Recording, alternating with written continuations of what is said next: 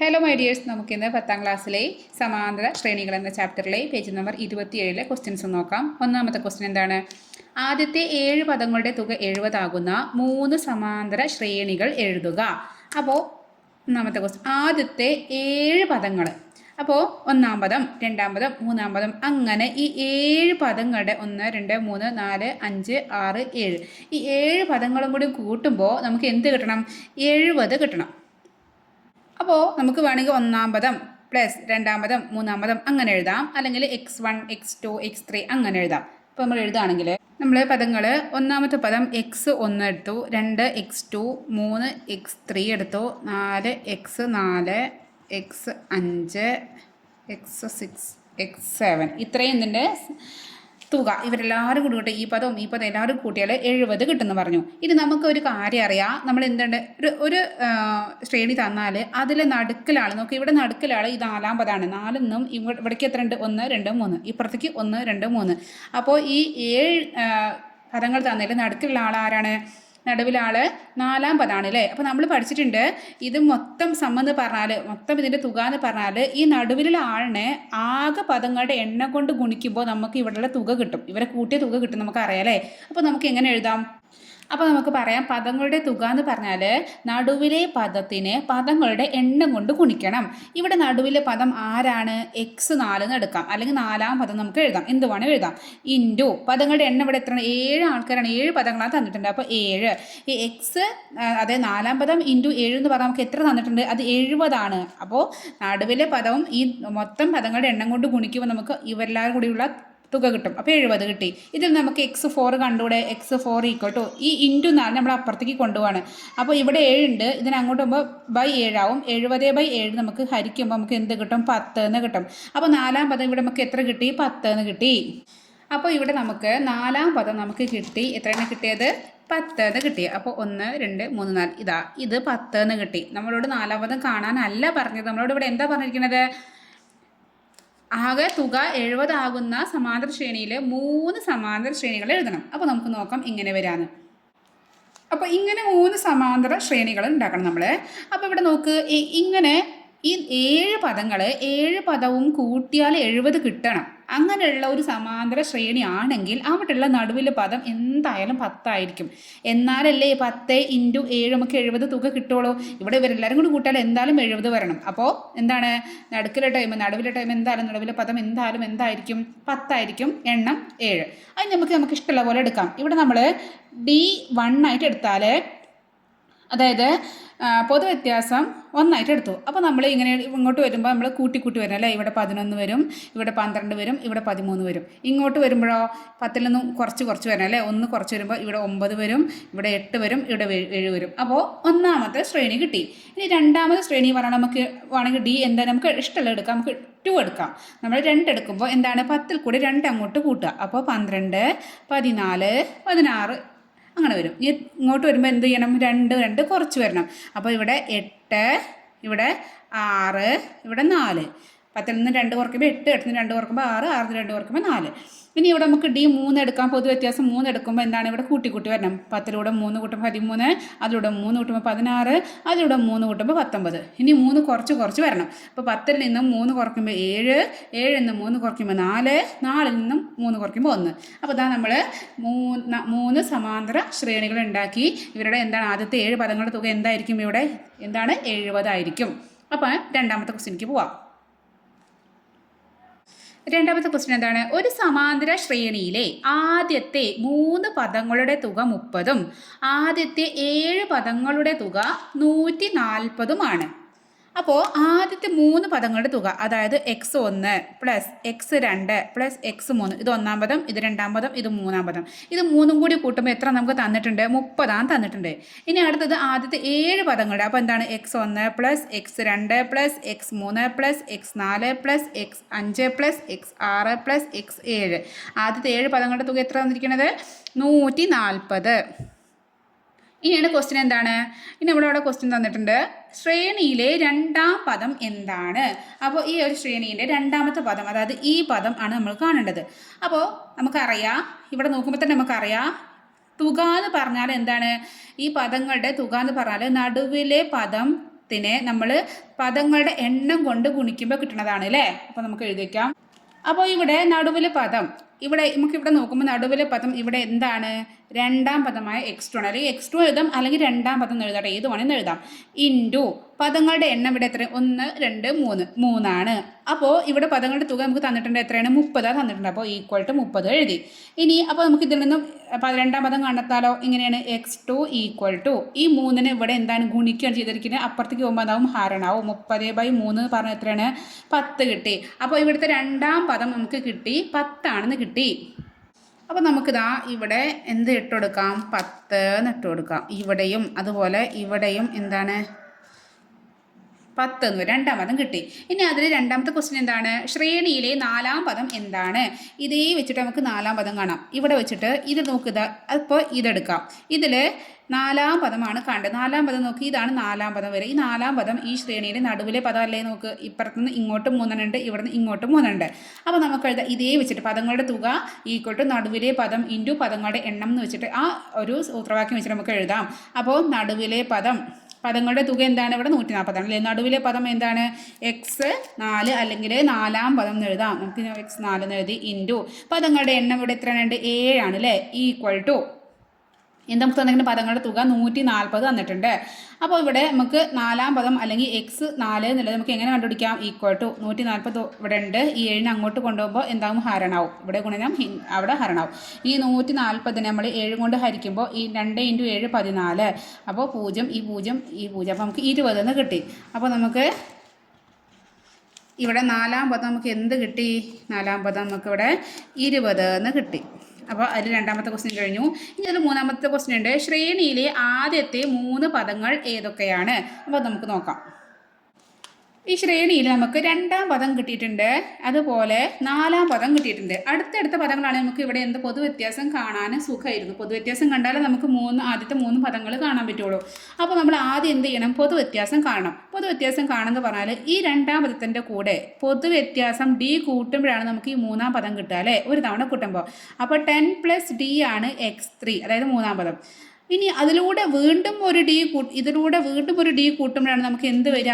x, അതായത് 4ാം പദം കിട്ടുക. അതായത് ഈ 10ലൂടെ 2 തവണ d കൂട്ടുമ്പോഴാണ് നമുക്ക് 20 കിട്ടുക. അതായത് 2ാം പദത്തിലൂടെ 2 തവണ d കൂട്ടുമ്പോൾ 4ാം പദം കിട്ടും. 4 - 2 2 അല്ലേ. അപ്പോൾ ഈ 2 തവണ d കൂട്ടണം ഇവിടെ.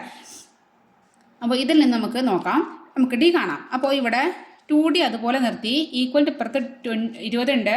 ഈ 10 നമ്മൾ അങ്ങോട്ട് പോകുമ്പോൾ -10 ആയി. അപ്പോൾ എന്ത് വന്നു? 2d ഈക്വൽ ടു 20ൽ നിന്ന് 10 കുറയ്ക്കുമ്പോൾ 10 കിട്ടി. ഇനി എന്താണ്? ഇവിടെ d കാണാം. അപ്പോൾ d ഈക്വൽ ടു ഇവിടെ എന്താണ്? 2 × d ആണ് ഇതിൽ. അപ്പോൾ ഡീനെ മാത്രം നിർത്തി 2നെ അങ്ങോട്ട് കൊണ്ടുപോകുമ്പോൾ ഇവിടെ 2നെ ഗുണിച്ചിരിക്കുകയാണ്. അങ്ങോട്ട് പോകുമ്പോൾ എന്താവും? ഹരണാവും. അപ്പോൾ 10/2.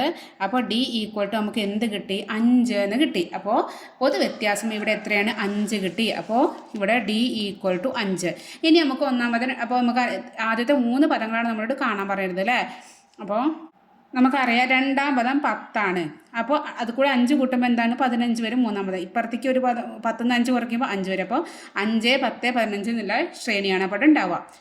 അപ്പോൾ ഇനി രണ്ടാമത്തെ ക്വസ്റ്റ്യൻ കഴിഞ്ഞു. ഇനി മൂന്നാമത്തെ ക്വസ്റ്റ്യൻ നോക്കാം. ഒരു സമാന്തര ശ്രേണിയുടെ ആദ്യത്തെ 5 പദങ്ങളുടെ തുക 150ഉം ആദ്യത്തെ 10 പദങ്ങളുടെ തുക 550ഉം ആണ്. ഒരു സമാന്തര ശ്രേണിയുണ്ട്. അതിൽ ആദ്യത്തെ 5 പദങ്ങളുടെ തുക നമുക്ക് തന്നിരിക്കുന്നത് 150ഉം 10 പദങ്ങളുടെ തുക 550 ആണ്. അപ്പോൾ നമുക്ക് എഴുതി നോക്കാം. അപ്പോൾ ഇതാണ് നമ്മുടെ ശ്രേണി എന്ന് വിചാരിക്കുക. 1ാം പദം, 2ാം പദം, 3ാം പദം, അങ്ങനെ 10 പദങ്ങളുണ്ട്. ഇതിൽ ആദ്യത്തെ 5 പേരുടെ തുക, ആദ്യത്തെ 5 പദങ്ങളുടെ തുക എന്ത് തന്നിക്ക്? 150. അപ്പോൾ ഇത്രയും പേരുടെ ഇവിടെ നിന്ന് ഇത്രയും പേരുടെ തുക x1 + x2 + ഇത് ഇത്ര തവണ കൂട്ടിയാൽ നമുക്ക് എന്ത് കിട്ടി? 150 കിട്ടി.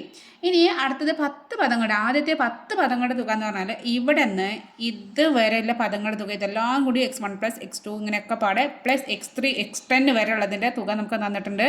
550 തന്നിട്ടുണ്ട്. ഈ കാര്യം നമുക്ക് ആദ്യം അവിടെ ചോദ്യത്തിൽ തന്നിട്ടുണ്ട്. ഇനി അവിടെ ഫസ്റ്റ് ക്വസ്റ്റ്യൻ എന്താണ്? ശ്രേണിയുടെ 3ാം പദം എന്താണ്? അപ്പോൾ നമുക്ക് നോക്കാം 3ാം പദം എന്താണ്.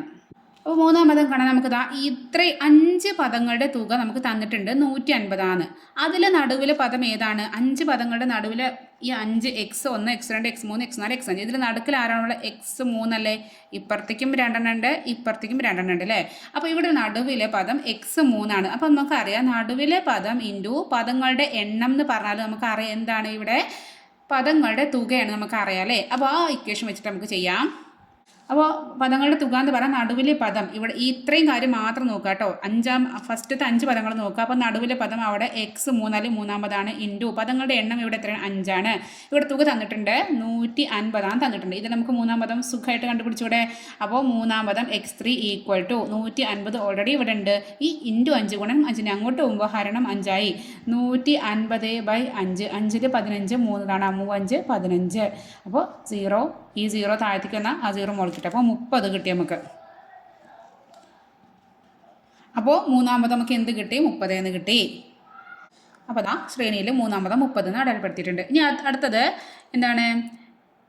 8ാം പദം എന്താണ് എന്നാണ് അടുത്തത്. അപ്പോൾ നമുക്ക് നോക്കാം 8ാം പദം എന്താണ്.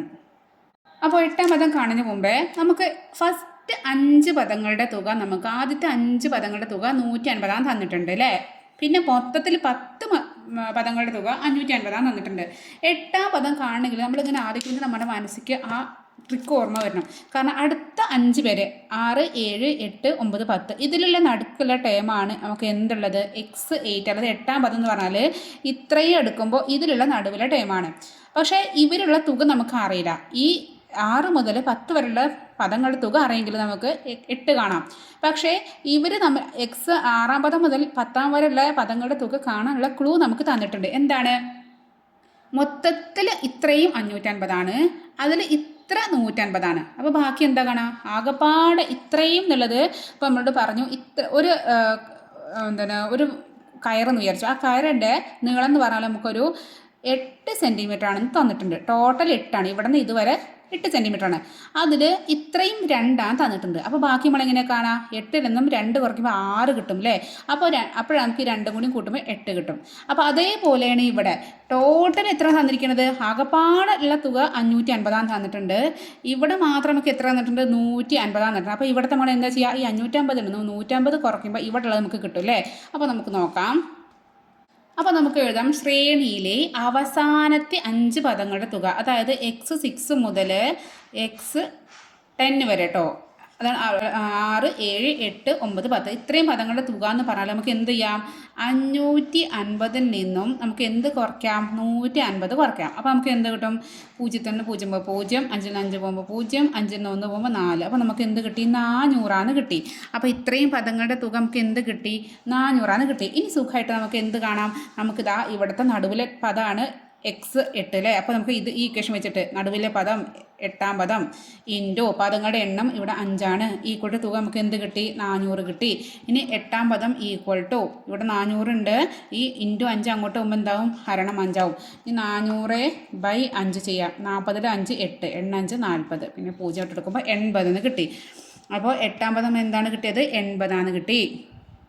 അപ്പോൾ നമുക്ക് 8ാം പദത്തിൻ്റെ അവിടെ 80 ഇട്ട് കൊടുക്കാം. ഇനി അതിൻ്റെ അടുത്ത ക്വസ്റ്റ്യൻ എന്താണ്? ശ്രേണിയുടെ ആദ്യത്തെ 3 പദങ്ങൾ ഏതൊക്കെയാണ്? ഇപ്പോൾ നമുക്ക് കിട്ടിയിരിക്കുന്നത് എന്താണ്? നമുക്ക് 3ാം പദം കിട്ടിയിട്ടുണ്ട്, 8ാം പദം കിട്ടിയിട്ടുണ്ട്. ഈ 2 പദത്തിൽ നമുക്ക് എന്ത് ചെയ്യാം? നമുക്കതിൻ്റെ പൊതുവ്യത്യാസം കണ്ടെത്തണം. നമ്മൾ ആദ്യം ഇവിടെ പൊതുവ്യത്യാസമാണ് കാണേണ്ടത്. അപ്പോൾ നമുക്കിവിടെ അറിയണ കാര്യം നമുക്ക് എഴുതാം. നമുക്ക് 3ാം പദം അറിയാം. x3 നമുക്ക് 30 കിട്ടിയിട്ടുണ്ട്. x8 നമുക്ക് എന്ത് കിട്ടിയിട്ടുണ്ട്? 80 കിട്ടിയിട്ടുണ്ട് അല്ലേ? ഇനി നമുക്ക് ഇതിന്ന് പൊതുവ്യത്യാസം എങ്ങനെ കാണാം? ഇത് കൂടെ എത്ര തവണ ഈ 3ാം പദത്തിലൂടെ എത്ര തവണ പൊതുവ്യത്യാസം കൂട്ടുമ്പോഴാണ് 8ാം പദത്തിലൂടെ എത്താൻ നോക്കാം. അപ്പോൾ 1 2 3 4 5 തവണ ആക്കണം അല്ലേ? അതായത് 8 - 3 ചെയ്യുമ്പോൾ 5 ആണ്. അപ്പോൾ 5 തവണ ഒരു തവണ ഡി കൂട്ടുമ്പോൾ നമുക്ക് 4ാം പദം കിട്ടും. 2 തവണ ഡി കൂട്ടുമ്പോൾ 5ാം പദം കിട്ടും. 3 തവണ ഡി കൂട്ടുമ്പോൾ 6ാം പദം. 4 തവണ ഡി കൂട്ടുമ്പോൾ 7ാം പദം. 5 തവണ ഡി കൂട്ടുമ്പോൾ നമുക്ക് എന്ത് കിട്ടും? 8ാം പദം കിട്ടും. അപ്പോൾ നമുക്ക് എഴുതാം 3ാം പദത്തിൻ്റെ കൂടെ, അതായത് x3യുടെ കൂടെ 3ാം പദത്തിൻ്റെ കൂടെ 5 തവണ പൊതുവ്യത്യാസം കൂട്ടുമ്പോൾ നമുക്ക് എന്ത് കിട്ടും? നമുക്ക് 8ാം പദം കിട്ടും. നമുക്കറിയാം അല്ലേ? അപ്പോൾ ഇവിടെ 3ാം പദം നമുക്കറിയാം 30 ആണ്.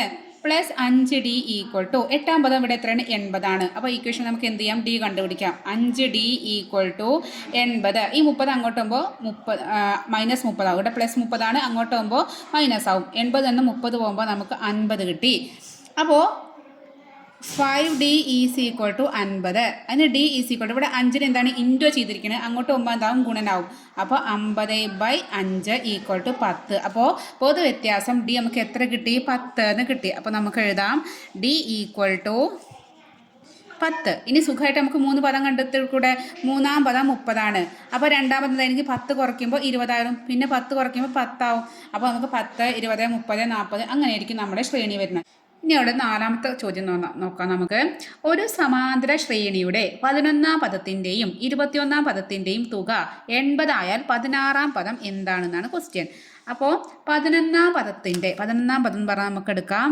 x11 21-ാം പദം x21 എന്ന് പറയാം അതിൻ്റെ തുക നമുക്ക് എന്ത് തന്നിട്ടുണ്ട് 80 തന്നിട്ടുണ്ട് നമ്മൾ ചോദിച്ചിരിക്കുന്നത് എന്താണ് അവിടുത്തെ 16-ാം പദമാണ് നമുക്ക് അറിയേണ്ടത് 16-ാം പദം നമുക്ക് അറിയില്ല അപ്പോൾ 11-ാം പദം തന്നിട്ടുണ്ട് 21-ാം പദം തന്നിട്ടുണ്ട് നമുക്ക് എന്ത് കാണണം 16-ാം പദം കാണണം അപ്പോൾ ആദ്യം ഈ 11 മുതൽ 11 12 13 അങ്ങനെ തൊട്ട് 21 വരെ അതിൻ്റെ നടുവിലെ പദം ഏതാണെന്ന് നമുക്ക് അറിയണം അല്ലേ അപ്പോൾ നമ്മൾ വേണമെങ്കിൽ നമുക്ക് എന്ത് ചെയ്യാം 11 12 ഇങ്ങനെ എണ്ണി നോക്കാം 11 1 12 13 14 15 16 അങ്ങനെ നമുക്ക് നമ്മുടെ ഫിംഗറിൽ എണ്ണി നോക്കാം അതിനേക്കാൾ നമുക്ക് സുഖം എന്താണ് 21-ൽ നിന്ന് 11 കൊണ്ട് കുറയ്ക്കുക അപ്പോൾ നമുക്ക് എന്ത് കിട്ടും കൂട്ടുക കേട്ടോ 21-ഉം 11-ഉം കൂടി കൂട്ടുക അപ്പോൾ നമുക്ക് കിട്ടും തന്നെ നമ്മൾ എന്ത് ചെയ്യുക 2 കൊണ്ട് ഹരിക്കുക അപ്പോൾ 11-ഉം 21 കൂട്ടുമ്പോൾ 1-ഉം 1-ഉം 2 2-ഉം 1-ഉം 3 32 കിട്ടി 32/2 എന്ന് പറഞ്ഞാൽ നമുക്ക് എന്ത് കിട്ടും നമ്മൾ ചെയ്യുമ്പോൾ നമുക്ക്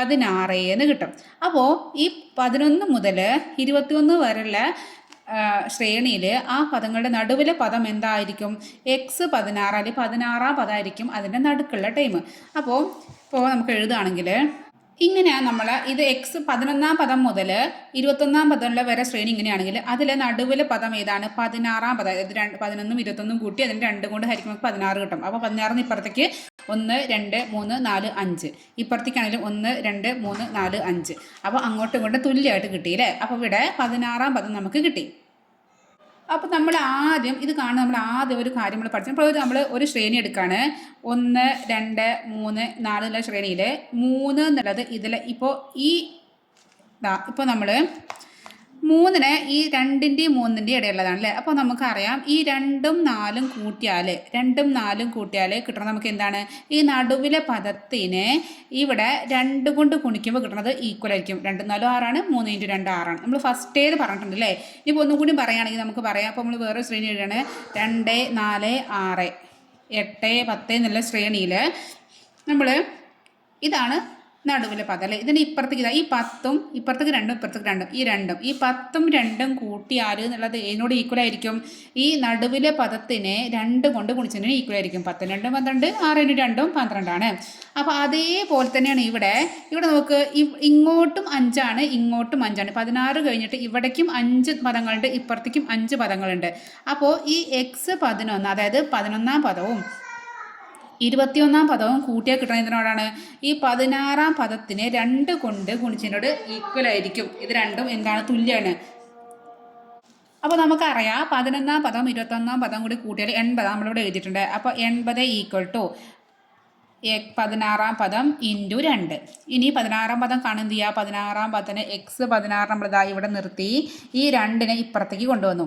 അപ്പോൾ 80 ഇവിടെ 2 ഇവിടെ ഇൻറ്റു 2 അതെന്ത് ചെയ്യും ഡിവൈഡഡ് ബൈ ഹരണം 2 ആവും 80/2 ആവും അപ്പോൾ x16 ഈക്വൽ ടു 80/2 കിട്ടി അപ്പോൾ നമുക്ക് 80/2 പറഞ്ഞാൽ നമ്മൾ ചെയ്യുമ്പോൾ നമുക്ക് വീണ്ടും 40 കിട്ടും അപ്പോൾ 16-ാം പദം നമുക്ക് എത്ര കിട്ടി 40 കിട്ടി അപ്പോൾ ഈ 16-ാം പദം 40 അപ്പോൾ ഇനി അടുത്ത ക്വസ്റ്റ്യനിലേക്ക് പോവാം അവിടെ ഇനി 5-ാമത്തെ ക്വസ്റ്റ്യൻ എന്താണ് ഒരു പഞ്ചഭുജത്തിലെ കോണുകൾ സമാന്തര ശ്രേണിയിലാണ് കോണുകൾ വലുപ്പക്രമത്തിൽ എഴുതിയാൽ 3-ാമത്തെ കോൺ എന്തായിരിക്കും അപ്പോൾ പഞ്ചഭുജം എന്ന് പറഞ്ഞാൽ എങ്ങനെ വരിക ഇങ്ങനെ 5 വശങ്ങളുള്ള ഒരു ബഹുഭുജമാണ് 1 2 3 4 5 ഇങ്ങനെ 5 വശങ്ങളുണ്ട് ഒരു പഞ്ചഭുജത്തിന് ഉണ്ടാവുക ഈ 5 കോണുകളുണ്ട് അല്ലേ അപ്പോൾ 5 കോണുകളുടെ തുക എന്താണ് സോറി 5 കോണുകൾ ഇങ്ങനെ വലുപ്പക്രമത്തിൽ ആദ്യം ചെറുതെഴുതി പിന്നെ വലുതെഴുതി പിന്നെ അങ്ങനെ ഒരു ക്രമത്തിൽ എഴുതിയാൽ അങ്ങനെ വരുമ്പോൾ മൂന്നാമത്തെ കോണ് എന്തായിരിക്കും എന്നാണ് ചോദ്യം.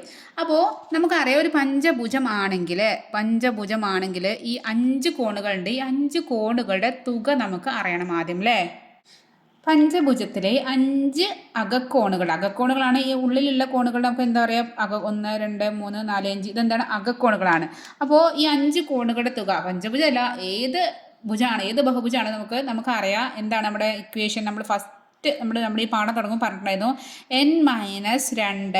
n-2 × 180. ഈ ഒരു ഇക്വേഷൻ വെച്ചിട്ട് നമുക്ക് ഏത് ബഹുഭുജമാണെങ്കിലും അതിലെ അകക്കോണുകളുടെ തുക കാണാൻ പറ്റും. അപ്പോൾ ഇവിടെ n എന്ന് പറഞ്ഞാൽ ഇവിടെ എന്താണ് ഇവിടെ വശങ്ങളുടെ എണ്ണം. പഞ്ചഭുജം എന്ന് പറഞ്ഞാൽ എത്രയാണ് 5 വശങ്ങളാണ് അല്ലേ. അപ്പോൾ നമുക്ക് എന്ത് കിട്ടും 5 - 2 × 180. അപ്പോൾ 5 - 2 പറഞ്ഞാൽ 3 × 180. അപ്പോൾ 180 × 3 ചെയ്യുമ്പോൾ 3 8 24 4 1 3 2 5 540 എന്ന് കിട്ടും. അപ്പോൾ 540 എന്താണ് ഒരു പഞ്ചഭുജം ആണെങ്കിൽ ഇതിൽ ഈ 5 കോണുകളും കൂടി കൂട്ടുമ്പോൾ നമുക്ക് എന്ത് കിട്ടും 540 എന്ന് കിട്ടും. മനസ്സിലായോ? അപ്പോൾ നമ്മളോട് പറഞ്ഞിട്ടുണ്ട് ഈ 5 കോണുകളും എന്താണ് സമാന്തര ശ്രേണിയിലാണെന്ന് പറഞ്ഞിട്ടുണ്ട്. കോണുകളെ സമാന്തര ശ്രേണിയിൽ അവർ വലുപ്പക്രമത്തിൽ എഴുതാണെന്ന് പറഞ്ഞിട്ടുണ്ട്. അപ്പോൾ വലുപ്പക്രമത്തിൽ എഴുതാമെന്ന് പറഞ്ഞാൽ നമുക്ക് 5 വശങ്ങളിൽ അപ്പോൾ ഒന്നാം കോണ്, രണ്ടാം പദം, മൂന്നാം പദം, നാലാം പദം, അഞ്ചാം പദം ഇങ്ങനെയുള്ളത് അല്ലേ.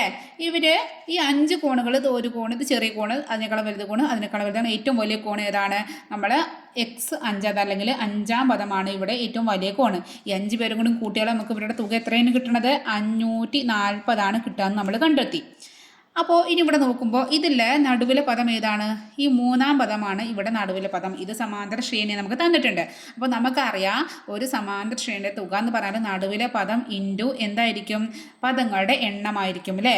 അപ്പോൾ നമുക്കറിയാം ഇവിടെ നടുവിലെ പദം ഏതാണ് x3 അല്ലെങ്കിൽ 3-ാം പദമാണ്.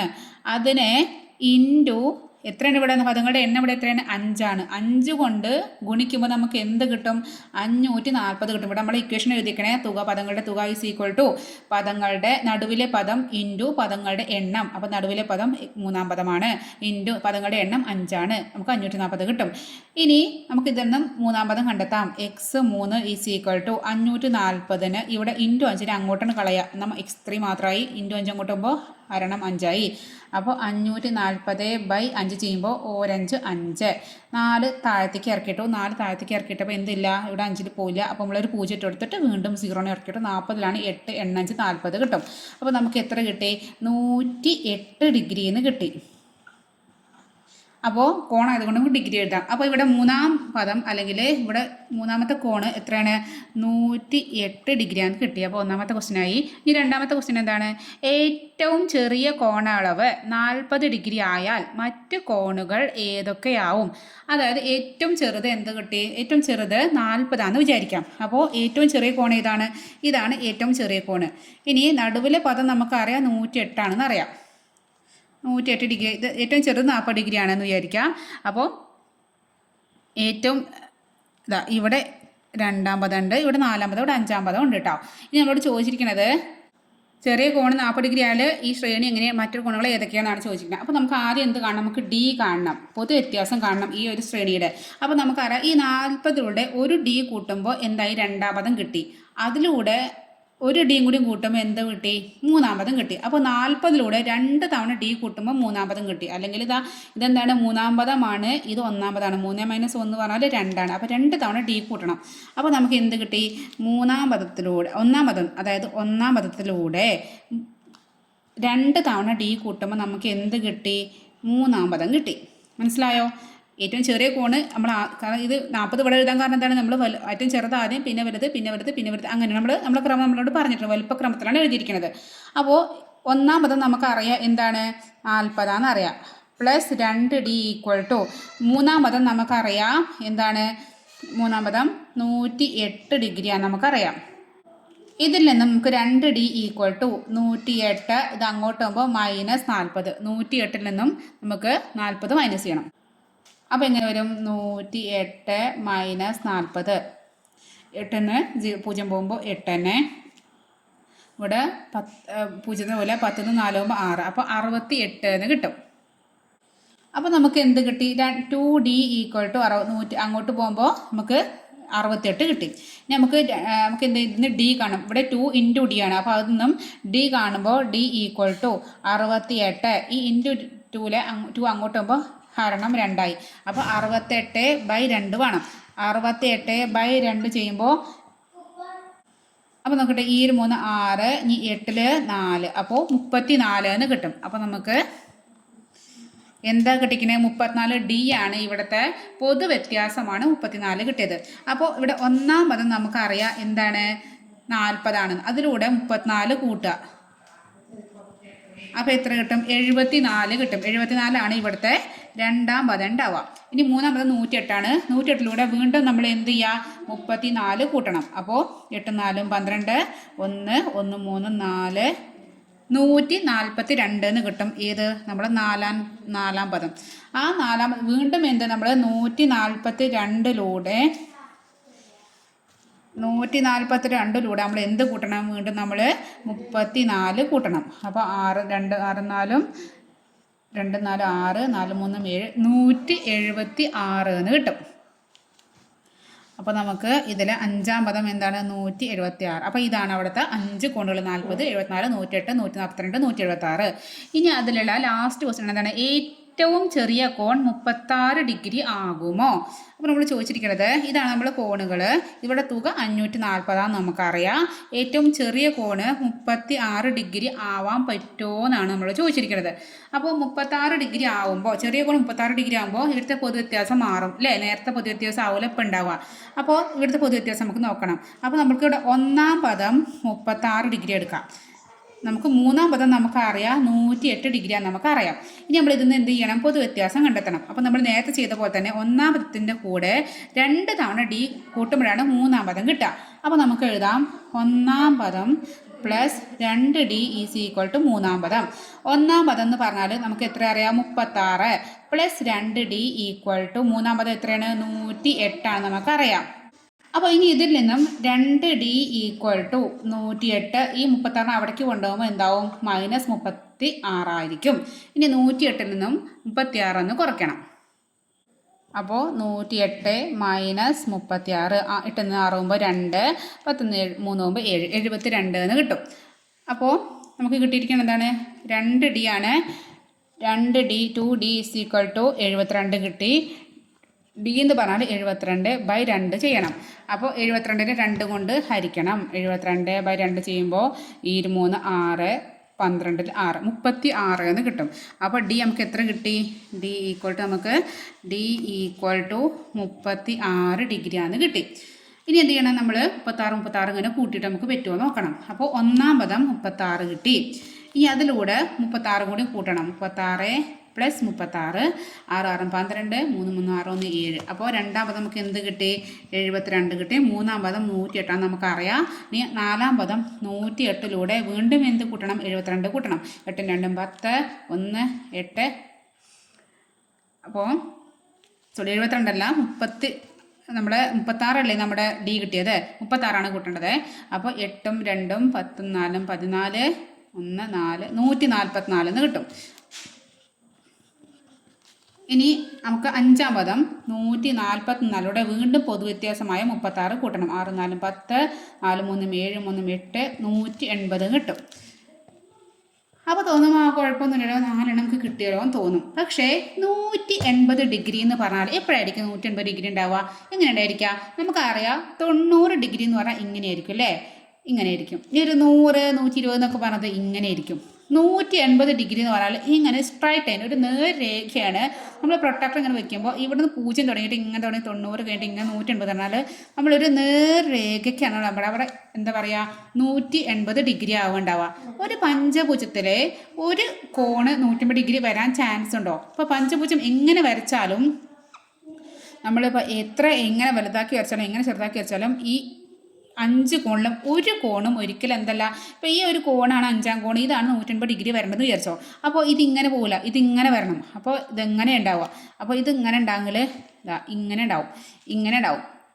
ഒരിക്കലും കാരണം എന്താണ്?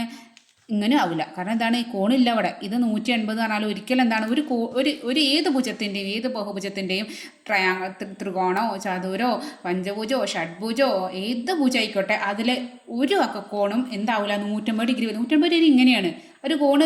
ഇങ്ങനെ കോണ് എത്ര വലിയ ഇങ്ങനെ കോണ് വരയ്ക്കാണല്ലോ അത് 180 ആവില്ല. അപ്പോൾ നമുക്ക് ഒരിക്കലും ഒരു പഞ്ചഭുജത്തിലെ കോണുകൾ നമുക്ക് ആവില്ല, നമുക്ക് 180 ഡിഗ്രി ആവില്ല. അതുകൊണ്ട് ഏറ്റവും ചെറിയ കോണ് 36 ഡിഗ്രി എടുക്കാൻ പറ്റില്ല എന്ന് നമുക്ക് മനസ്സിലായി. അപ്പോൾ നമുക്ക് എഴുതാം, അകക്കോൺ 180 ഡിഗ്രി ആകില്ല, അതുകൊണ്ട് ചെറിയ കോൺ 36 ഡിഗ്രി ആവില്ല എന്ന് പറയാം. അപ്പോൾ പേജ് നമ്പർ 27 ക്വസ്റ്റ്യൻസ് കഴിഞ്ഞു. നിങ്ങൾക്ക് ക്ലാസ് ഇഷ്ടപ്പെടുകയാണ്, നിങ്ങൾക്ക് മനസ്സിലാവുന്നുണ്ടെങ്കിൽ നിങ്ങൾ എന്ത് ചെയ്യണം, നിങ്ങളുടെ ഫ്രണ്ട്സിന് ഷെയർ ചെയ്ത് കൊടുക്കുക. അതുപോലെ സബ്സ്ക്രൈബ് ചെയ്യാതെ കാണുന്നവർ എന്ത് ചെയ്യണം, ആ സബ്സ്ക്രൈബ് ബട്ടൺ ഒന്ന് പ്രസ് ചെയ്യണേ. അതുപോലെ ലൈക്ക് ചെയ്യാൻ മറക്കല്ലേ.